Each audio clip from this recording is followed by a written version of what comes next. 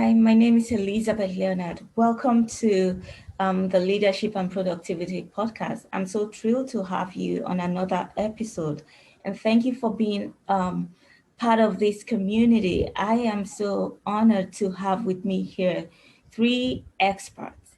I have with me Todd and Shasha and Brian, all from different continents. And these people are loaded with enough information to help you tackle the challenges that you are going through during this time as a leader.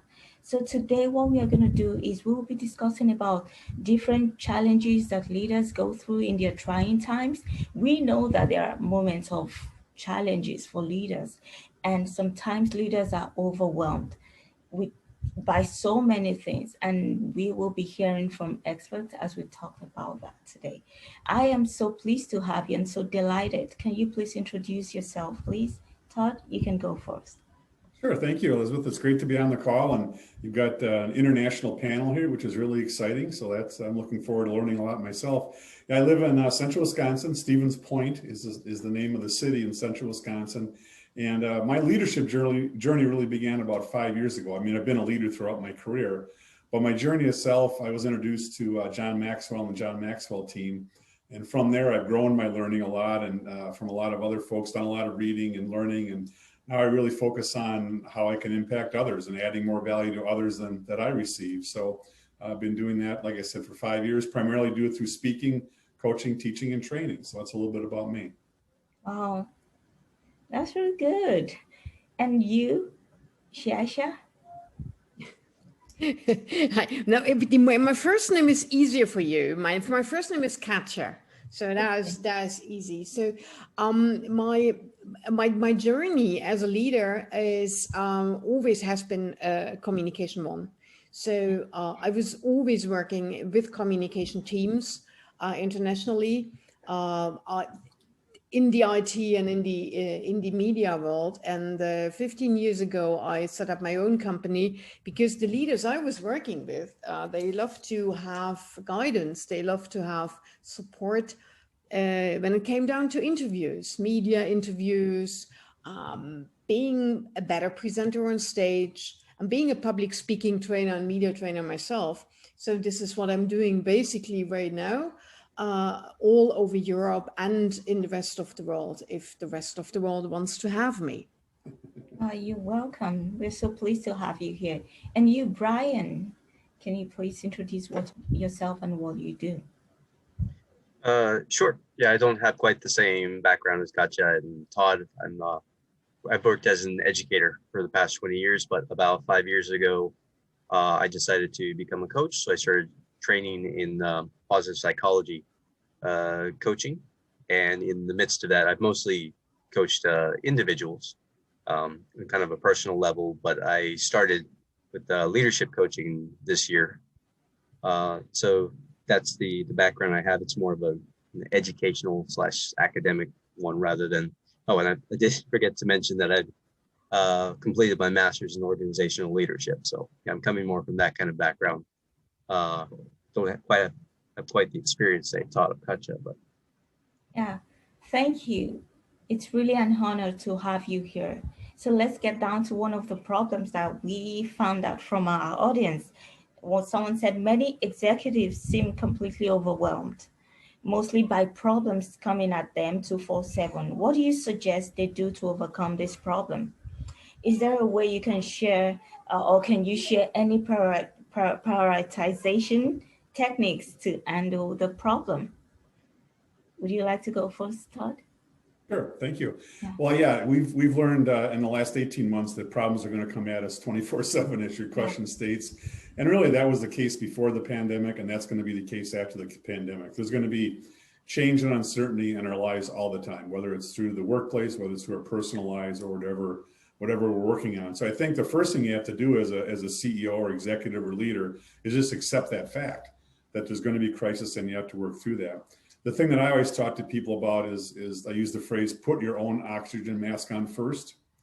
If you don't have your own oxygen mask on first, you can't help others, just like on an airplane, right? So that's kind of the trick of the trade that I use. You have to make sure that that you're in the right place from the inside out. And all of us on this call work in that space and help CEOs and executives with those sorts of challenges.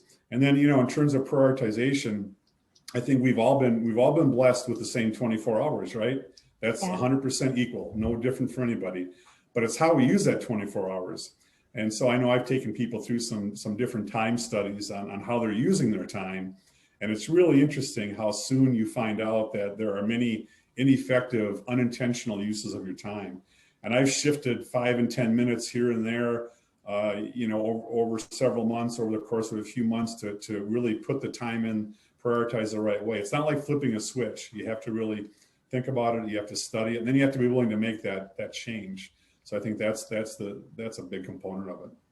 Yeah. Wow. Would it be okay if I add something to that, because it resonates quite good with what Todd just said? When I work with all kinds of people, but CEOs or whomever, I tell them two things for the beginning. And what you said, you have to be good from the inside out. That is helpful, especially when it comes down to resonance. Mm-hmm. So when all the problems that come on us, what resonates with you? What is doing something with you? And then there is a lot of things that don't do anything with you. And if you learn to differentiate the noise from the sound, and to realize what kind of sound is important in the sense of what is relevant, and that is step number 2. So once something resonates, you are able to turn it into something that has relevance for your audience. And these two things help us, with all the challenges we have as leaders or not, help us to achieve something what we call congruency later on, so that you come into what we call flow, in the sense of, all of a sudden these 5 minutes do not feel like 5 minutes, but 5 seconds, or a day. At the end of the day, you have more energy in the evening than in the morning.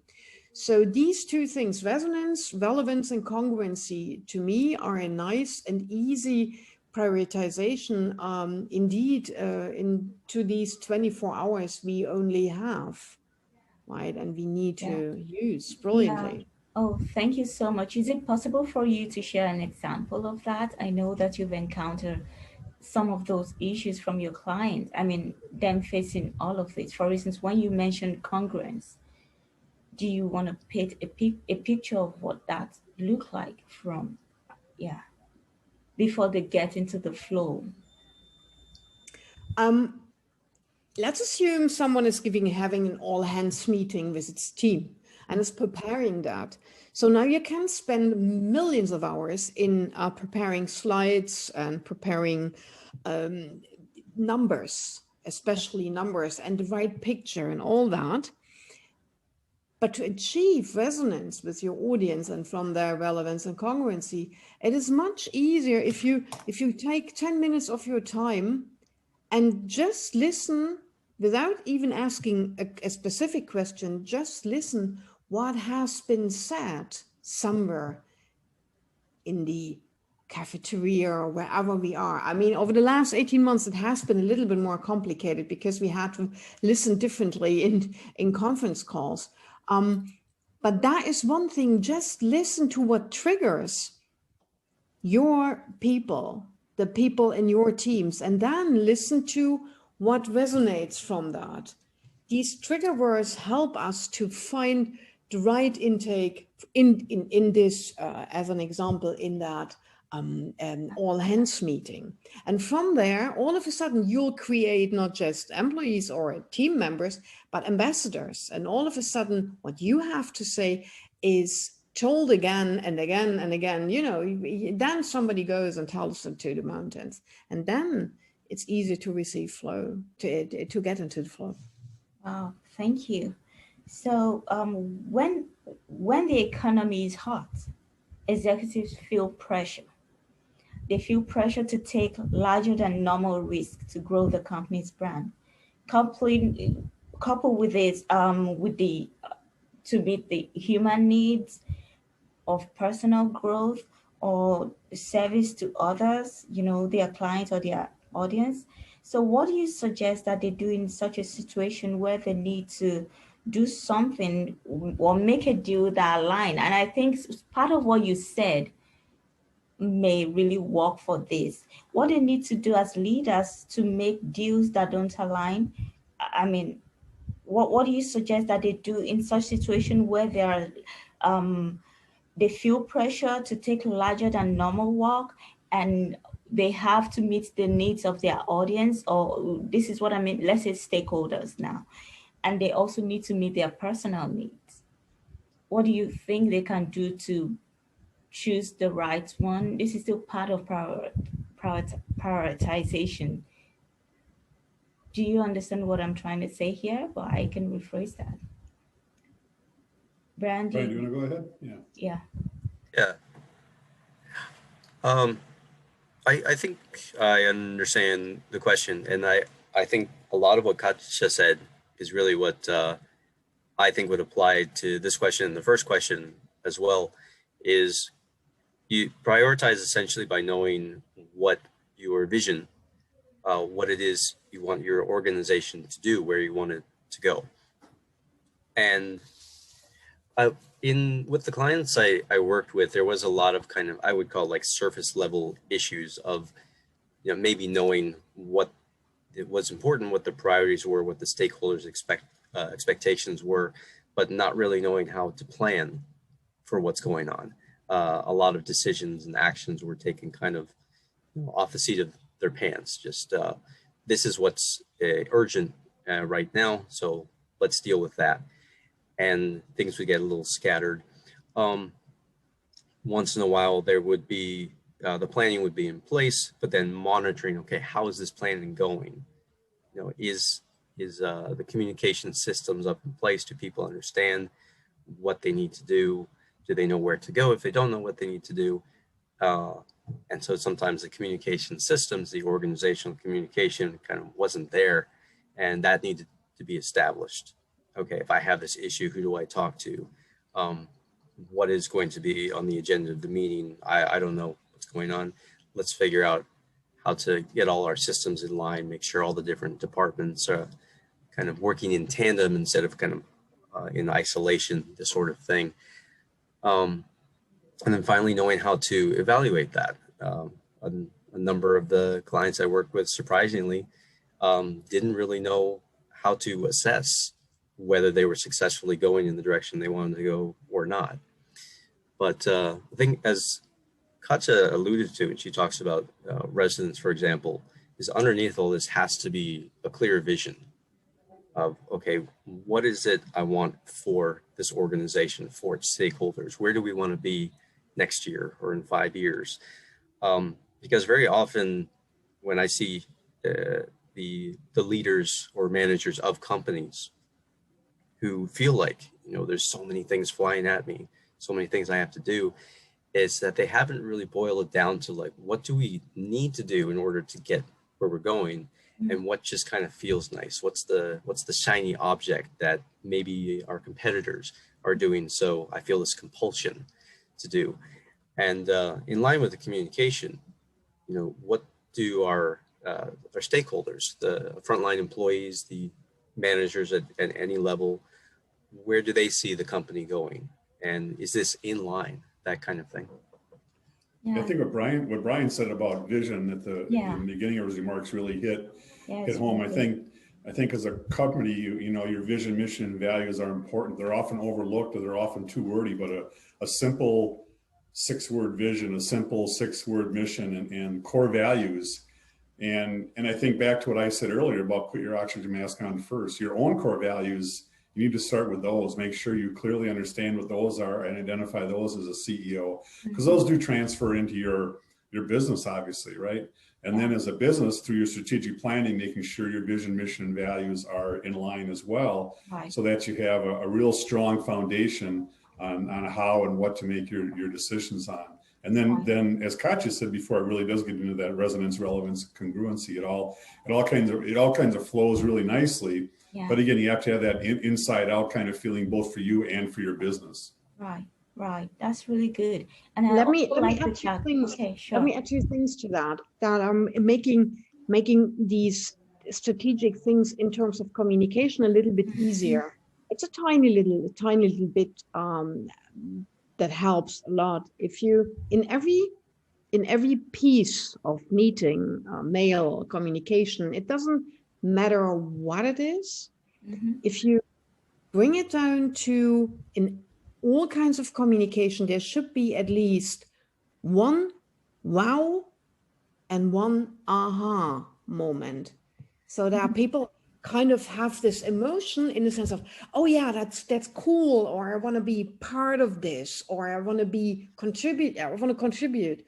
And there is this part of it that, okay, now I understood that more properly, or I have more insights, whatever that is. So very easy, and always an aha and a wow will make your life as a leader probably a lot easier in meeting all these challenges and that Brian and Todd already mentioned. Yeah, I like the fact that you've mentioned vision, you've mentioned communication, because that's to be communicated. And I think leaders or executives or CEOs need to be aware of that, be reminded. They need to remind themselves, because when the economy is hot, like I said, when there is pressure to take, to serve the clients, the stakeholders, to meet their own personal need, like pressure, the growth, and also to serve any other things that comes around. I mean, the normal needs that aligns with their work. And so you don't want to make a wrong decision by making, because of urgency, or to make certain decision and make a wrong deal that does not align with your mission. Is there anything you want to add? Yeah. Yeah, I was just going to say, and too often a CEO or a VP, whatever, is going to blame it on the sales department or HR or marketing or production. And again, it really comes down to what we've all been talking about: is this vision, mission, values, the congruency. That's really where the challenge lies. Sometimes people are in the wrong seat on the bus and they're on the right bus. I always forget who says that, but there's a famous author who says that, talks about that. You guys Jim know. Collins. Yeah, Collins. Gosh, I always forget that. But anyway, so that's why it's so important to dig deeper into the personalities of the people. Yeah. And don't look necessarily at the sales numbers. I mean, data is important, or look at productivity. A lot of time working with a company right now on their corporate culture, and they've got 2 supervisors just left today mad about something. Had nothing to do with, the function of the organization. It was the function of the people within the organization that caused that challenge. That's right. That's right. That's right. That's very important. Thank you so much. So next we move to the next one. One of the goals of a leader or an executive is to grow and strengthen their business. Can you please share guidelines on how to choose the right opportunity? I mean, the right opportunity that will help them grow their brand as a leader. How to identify. I can think of, I'm sorry, I feel like I'm dominating the conversation, but I could, when I came into the position that I'm currently in, I came in here with some ideas and a vision and a mission and some values. We talked about that as a staff, very small staff. And we took off on this journey and on this opportunity to strengthen and grow the particular business. I'm in the chamber world right now on a full-time basis. And there were 3 people that over the course of 2 years left the organization on their own because they didn't have that same vision, mission, and values. So I didn't have to fire them or kick them off the bus. They did it on their own because they saw the direction we were going, what it was really going to take to get there. We always talk about dream big, know how to have fun, and get SH done, right? So those are kind of the 3 mantras that we talk about. So growing and strengthening your business is just, again, I hate to beat the same horse, but it's about your vision, mission, values, and living those, believing those, and in the long run, that's all boats will rise. I mean, people will come along with you. You'll lose some people along the way, and that maybe is a good thing for them and for you as an organization. Yeah. When it comes down to strengthening or seeing opportunities in strengthening the business, from the communication aspect, which is what I do, I think there is two absolute virtues that never fail. And one of them is big ears. You learn a lot about opportunities just by listening, right? Just by listening to people. And in what the example Todd said, right? These people who left, the two people before you came into it, it's interesting why they left, right? And why other people stay. That is one of the things. And the second one, once you listened enough, is asking the right questions. The right questions are more interesting than the right answers. Very often asking the right question, all of a sudden a path, an opportunity presents itself. Yeah. That's at least my experience. Yeah. Wow. That's I beautiful. think management by walking around, which is kind of what you're saying, Katja. Yeah, you get your ears open, and it's amazing. You know, I sit in my office here with my door open. I hear a lot of things, and or walking around. You know, if you're in a production facility or wherever you are, if you're in a school, if you're an educator, walking down the halls. I was a president of a school, and I walked down the halls and talked to kids and teachers and learned more than I did in any staff meeting. Right? So you're exactly right. Yeah. Brian, I was about to say, yeah. Oh yeah, sorry. Just to add to what Todd said, to do with the communication being really important. So I was pretty sure in this podcast I was going to come in harping on vision. Every single question that you had prepared, I said the vision, knowing the mission is very important, but it's not enough if that is just in your head, and it's not being communicated, it's not being connected with your stakeholders. And I had one client in particular, and he said, "Oh, I have an open door policy. Oh, everyone knows they can talk to me." But doing kind of the 360 of going around the organization and talking to everyone, they were like, I feel like I can't talk with the manager. What's going on? He's always in his office with the door closed. And so, just as Todd said, one of the first suggestions I had is you have to kind of get in there, leave your office, walk around, model the behavior. You know, we learn from observation, and we learn more from what people do than what they say. Yeah. So just by getting up and walking in the classes, how are things going? He had his own private educational institute. Walking in the classes, how are things going? And really just reiterating to the point of just that it seems almost boring or tedious what the mission is, what the vision is, what our values are, so that it's really clear and it's really consistent. And to answer your third question about opportunities, essentially that should undergird every decision-making process. Is this opportunity in line with our vision, with our mission, and does it resonate with our values? If so, then it could be the right opportunity. But I would say the second question is then, are we doing this because, for example, is it a results-oriented decision that we want the outcome of this because for some reason, for instance, we think it'll bring in extra revenue? Or is the process one that you can see being implemented over and over again?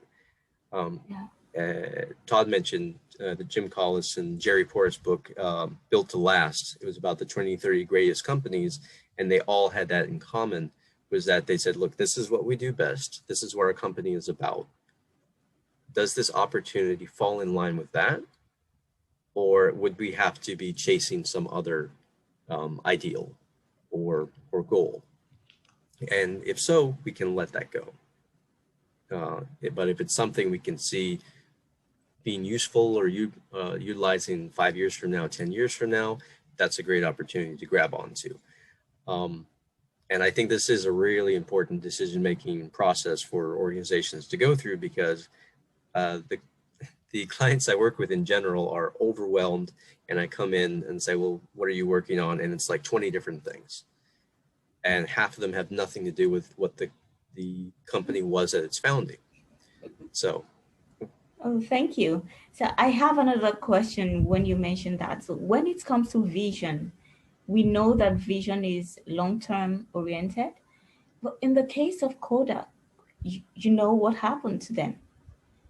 When there needs to be a change, I don't mean in their vision, but their style, or maybe they need to improve their product now.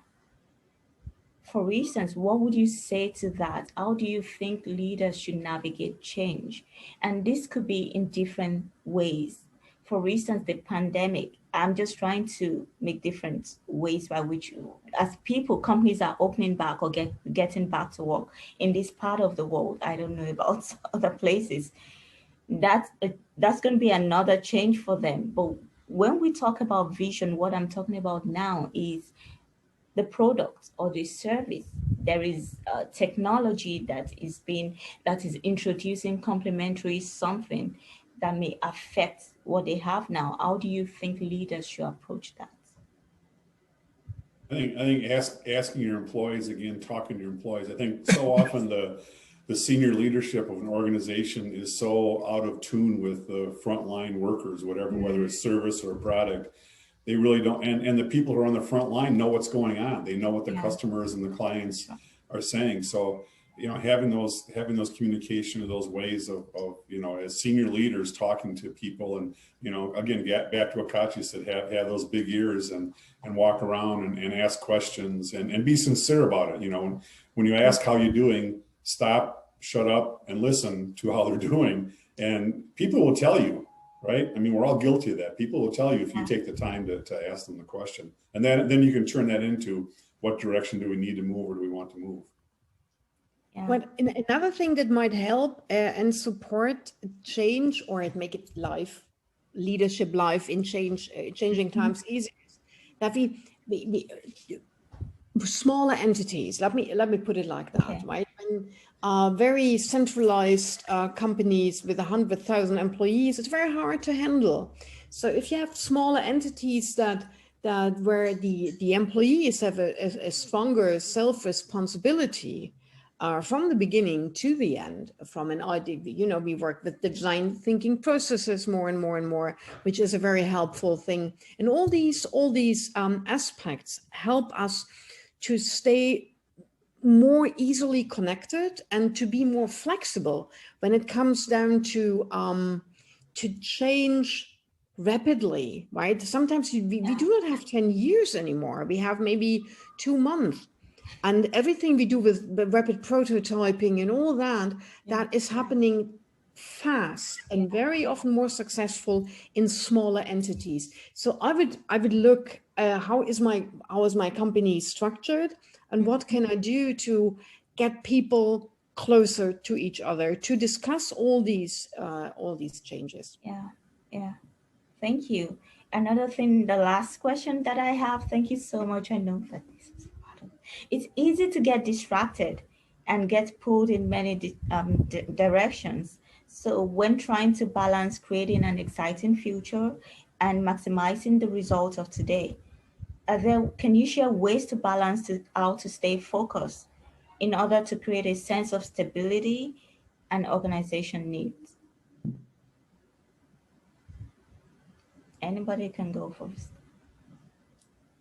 Yeah, I would say that initially it's a risk. The clients I work with, there's a sense of wanting to control how productivity works and how people work and how they manage their time, when really, from what I've studied, what you need to do is to open up the potential of the people you're working with.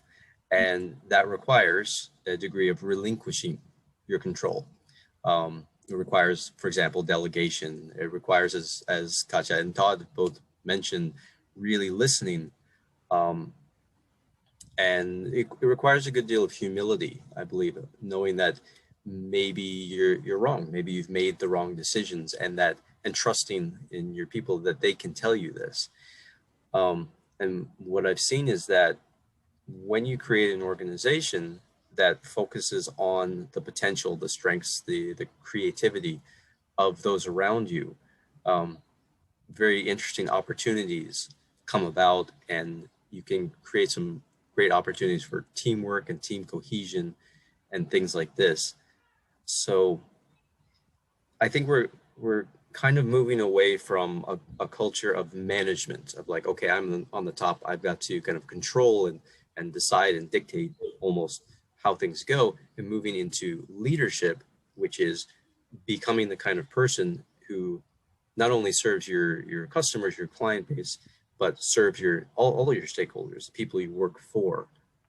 And it kind of wants to change the hierarchy in a sense of, rather than being top down, making it flatter, so that the people you work with feel empowered.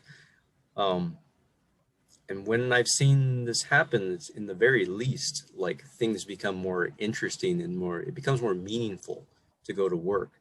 And more often than not, that turns into, the productivity or the outcomes that organization is looking for. Wow. Well, while you were talking, Brian, and I don't know if you can see it or not, I wrote down there management versus leadership. Yeah. Yeah, you're exactly right. That's exactly what it's about. If you need to be a leader, and John, this is an author I do remember, John Kotter wrote Leading Change, and he talks a lot about that in his book and the difference between management and leadership. There are certain things that need to be managed in an organization, of course, but you need to work from a leadership realm and trying to raise people up, and through all the things that we've talked about, communication and vision and all that. Good point. I give another advice in terms of communication that might help, and that is the advice: leave room for nothing. Have time for nothing.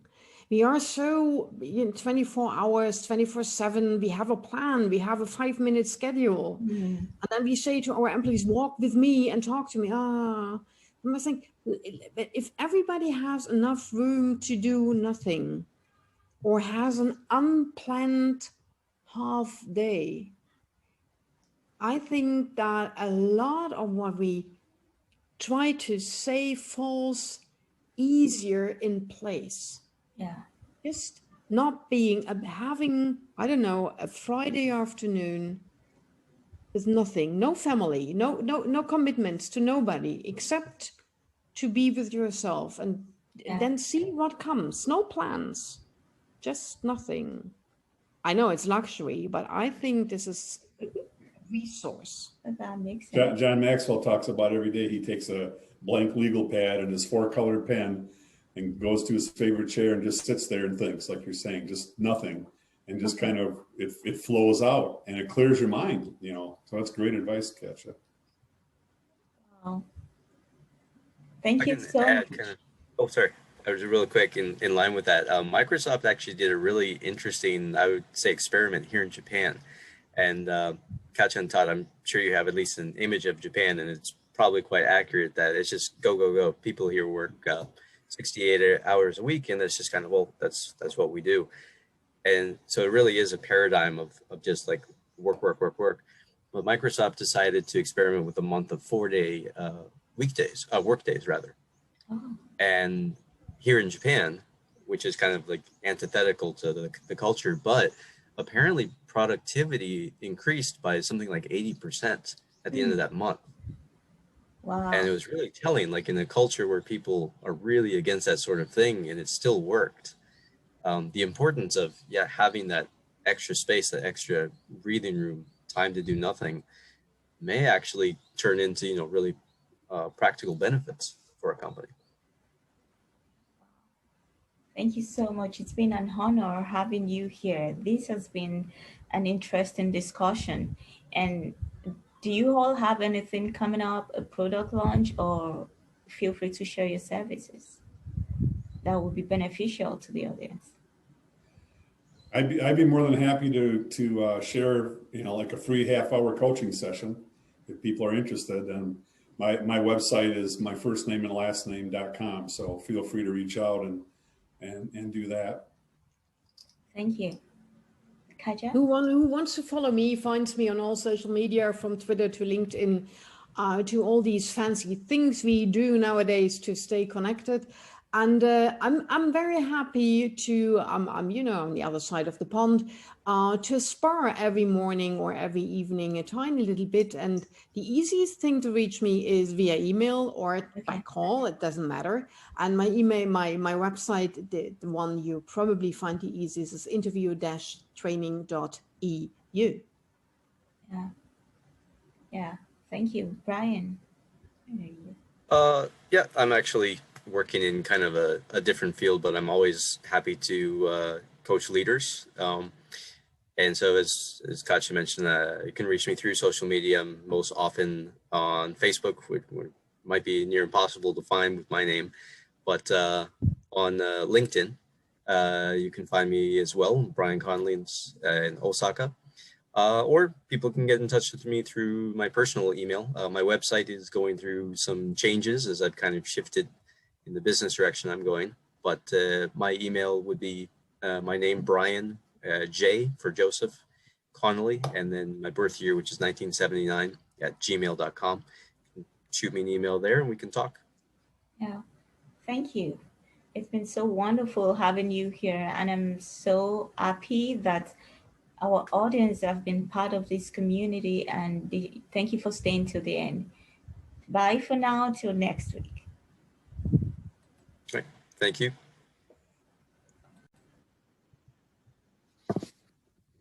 Hi, my name is Elizabeth Leonard. Welcome to the Leadership and Productivity Podcast. I'm so thrilled to have you on another episode, and thank you for being part of this community. I am so honored to have with me here 3 experts. I have with me Todd and Shasha and Brian, all from different continents. And these people are loaded with enough information to help you tackle the challenges that you are going through during this time as a leader. So today what we are going to do is we will be discussing about different challenges that leaders go through in their trying times. We know that there are moments of challenges for leaders, and sometimes leaders are overwhelmed by so many things, and we will be hearing from experts as we talk about that today. I am so pleased to have you and so delighted. Can you please introduce yourself, please? Todd, you can go first. Sure. Thank you, Elizabeth. It's great to be on the call, and you've got an international panel here, which is really exciting. So I'm looking forward to learning a lot myself. I live in central Wisconsin. Stevens Point is the name of the city in central Wisconsin. And my leadership journey really began about 5 years ago. I mean, I've been a leader throughout my career, but my journey itself, I was introduced to John Maxwell and the John Maxwell team. And from there, I've grown my learning a lot, and from a lot of other folks, done a lot of reading and learning. And now I really focus on how I can impact others and adding more value to others than that I receive. So I've been doing that, like I said, for 5 years, primarily do it through speaking, coaching, teaching, and training. So that's a little bit about me. Wow, that's really good. And you, Shasha? No, my first name is easier for you. My first name is Katja, so that's easy.